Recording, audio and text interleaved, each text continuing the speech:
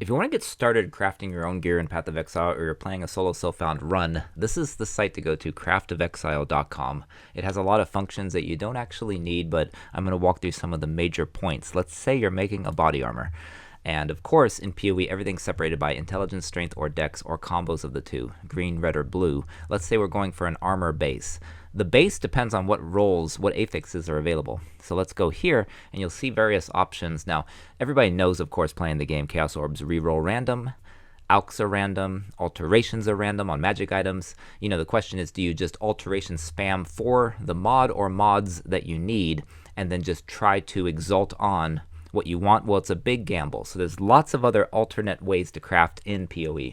And so this shows, of course, base affixes, and it also shows by tier. Now you'll notice, for example, right here, Chaos Res, very low chance to hit and has to be this eye level. Now this allows you to customize item level, but typically, of course, for endgame, you're going to want the highest eye level possible.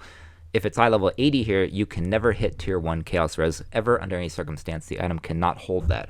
And so if you're, crafting through campaign, then of course you won't have an opportunity to get those higher tiers, but you can get the lower tiers. Remember, you simply hold Alt on the item in-game, and it will show you the eye level of the item. What you can do as you run through this is select what affixes you want. If you want this body armor to have Chaos Res and Cold Res, you just select them. And then there's all kind of ways to calculate, hey, what is the best way to get these without just gambling, pure gambling? But we're going to skip that for now. I want to go through the fact that they do list haunted modifiers. They do not exist. These are Necropolis only mods. They don't exist in current League. Then, of course, you have influenced items. Shaper and Elder have to drop that way. Crusader, Hunter, Warlord, or Redeemer can be added on with the respective Exalted Orb. A Redeemer Exalted Orb will allow you to slam on a guaranteed one of these affixes. And, of course, given what is open, suffix versus prefix, which is the most important part of crafting, whether it's a suffix on the right here or a prefix on the left, that will guarantee, depending on the eye level, one of these mods. Now, as you can see, if it's an eye level 75, you're guaranteed, if you have an open prefix with a Redeemer Exalt, to force on either enemies are blinded or you and your minions take reduced reflected LE. If it's eye level 80, it opens up this opportunity, and if it's eye level 83 or higher, it opens up these two tiers here.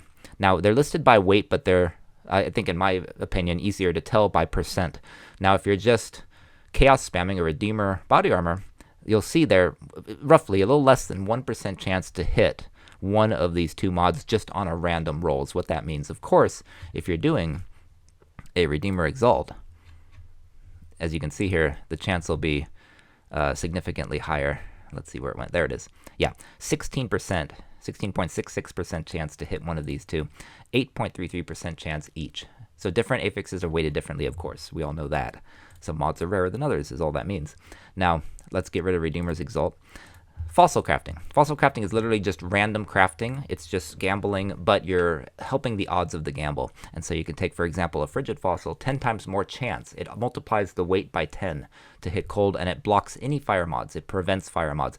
Now, of course, you can combine it in the Resonator with, like, let's say a Scorch Fossil, which will block cold. You put this, they block each other. You can no longer hit cold or fire mods. What's nice about craftofexile.com is you can compute the best selection for the base. Most people don't use this prime version because it requires 4 fossils and it's very expensive. Most of the time you're going to use 2 or 3. You can also use 1. Historically, perfect fossils were best with 1, but they no longer exist as of this league.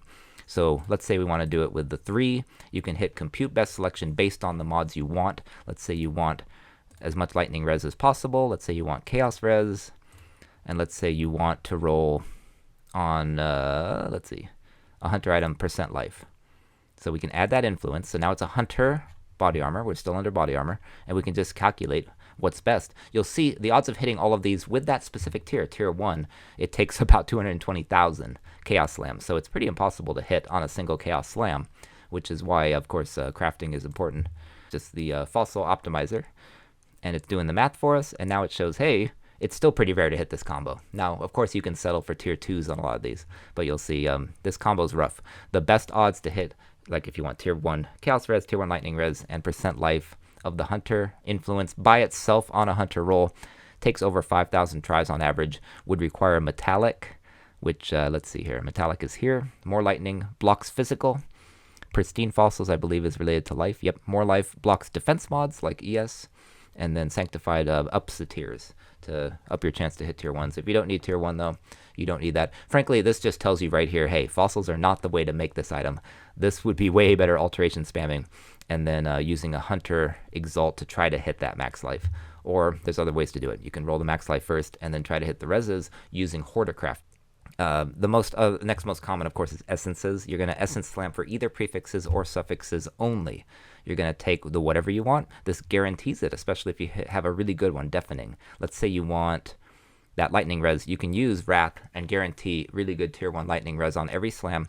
If it happens to be fractured with another suffix, hey, generally you're going to want to roll for all 3 suffixes this way because nowadays, actually, it's impossible to have influenced fractured. Fractured takes over an influence. For a while there, you had fractured influenced items when you had haunted modifiers, when you had Necropolis.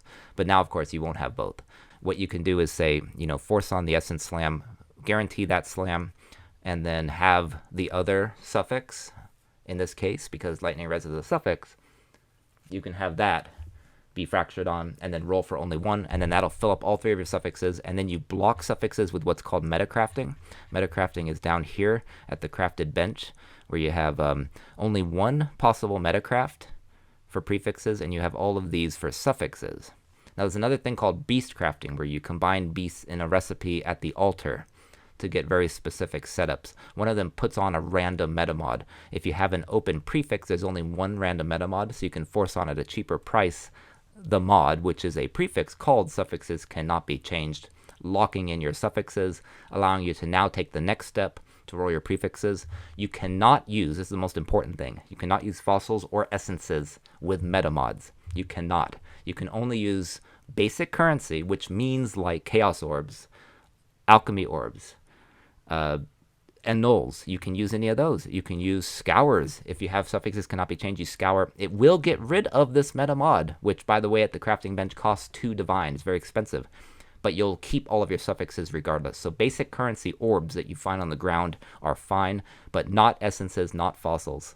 But what you can do is hoarder crafting, or you can do veiled orbs. Veiled orbs fall from the syndicate mechanic and will allow you to put on one of these mods depending on the base, which are available here. And then, of course, you always check if the eye level is there. You'll notice these are eye level 60.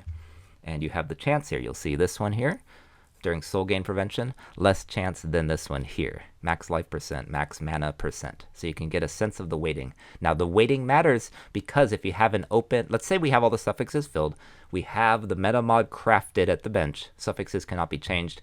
We can now use a Veiled Orb Slam to add on a prefix, and it's going to remove a random affix. It's going to have to remove the meta mod unless there's another prefix. If it already happens to have 2 prefixes, it could also hit the prefix and keep the meta mod.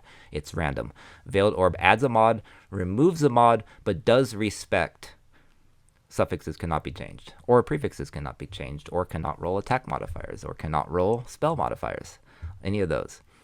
Now, let's say we do this. What happens is you get a choice of 3. So it's still a bit of a gamble. The best thing is to block something. So you want to block something with the highest weighting.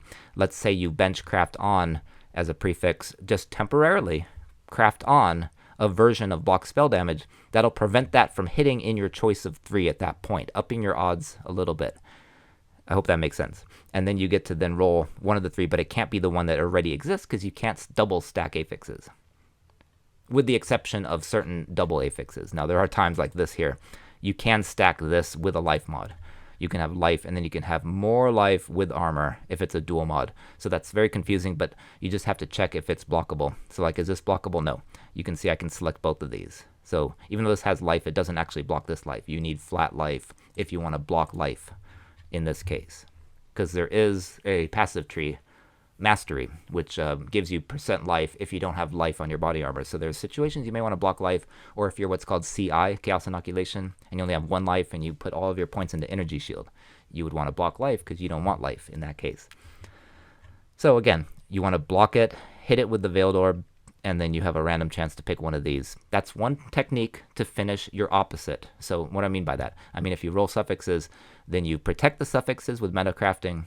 You try to roll your prefix with a Veiled Orb, Or you can just exalt it on at pure gamble. Or can you use essences? No, remember you cannot use essences. Essences and fossils is the first step only. They don't respect the meta mods. The game doesn't actually tell you that explicitly. It's very important to know. But the other version is, of course, hoarder crafting. So I'm going to quickly go over that. Hoarder crafting is where you go to the harvest bench and you spend harvest life force. And I'm going to get rid of all of these. So this is clean. And at this point, what do we do? We're not doing the essence slam anymore. We're doing hoarder crafting. So I'm just going to go ahead and temporarily go like this. And now at this point, what does that mean? It's, for example, now respecting the meta mod still. You can say, hey, reroll with a random cold modifier. Click this button right here on craftofexile.com. It shows, hey, look, the only cold modifier here is a suffix. There's no base cold modifiers on this base. However, there is one here. So like, let's say you want this specific mod. It has to be a shaper base. You can force it on, see? No other cold. There is a redeemer. But if it's not redeemer influenced, what do? You go in and you can force one of these tiers on. It's guaranteed. If you have metacrafting suffixes cannot be changed. Reforge. Not the one that's add, by the way. There is one that's add. It forces it on as an additive and removes a random mod. Those are very expensive. They're very rarely used.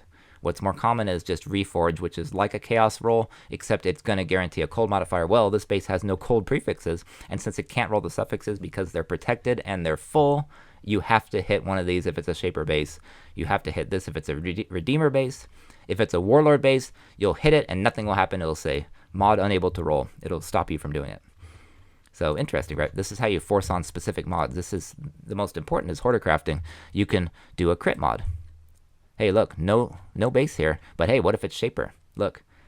So let's say we do this backwards. Let's say we use essence crafting to essence roll some kind of prefix, rolling for life, and then the fractured mod, the fractured affix. Well, let's forget about fracture. Sorry, I keep thinking fracture, but this is a shaper mod.